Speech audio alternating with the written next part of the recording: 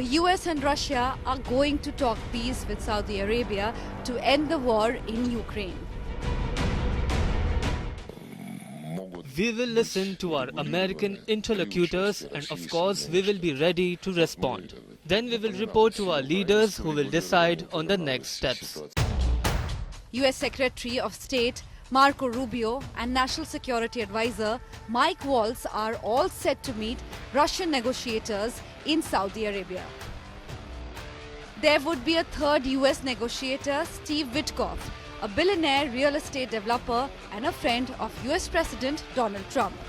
Witkoff was in Moscow last week to secure the release of a US teacher imprisoned on charges of marijuana possession, and he spoke to the Russian president. I think he wants to stop fighting. I see that. We spoke long and hard. Steve Witkoff was with him for a very extended period, like about 3 hours. I think he wants to stop fighting. They have a big, powerful machine, you understand that. And they defeated Hitler and they defeated Napoleon. You know, they've been fighting a long time. They've done it before. And but I think he would like to stop fighting. But Ukraine is not part of this talk in Saudi Arabia. Maybe there is something at the table, but not on our table. So I didn't see any invitations, envoys, and etc. from Ukraine to meet with some other envoys. But anyway, envoy, this is that national. I mean, it's Security Advisor, and so we don't have any papers, any invitations. One of the three American envoys, US Secretary of State Marco Rubio, reached Riyadh for the talks on Monday morning.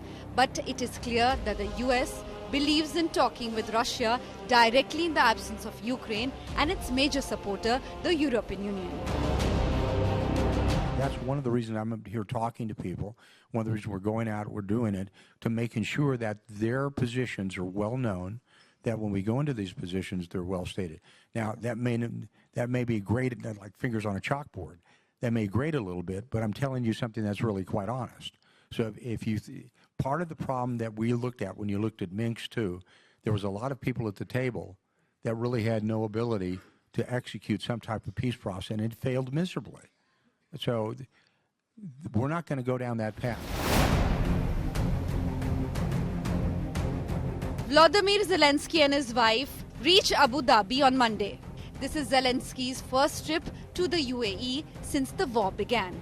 In a statement on the Telegram network, the Ukrainian president said that the priority of his visit was to return more Ukrainians from Russia captivity, as the UAE plays a crucial role as a broker in the prisoner exchanges between Kyiv and Moscow.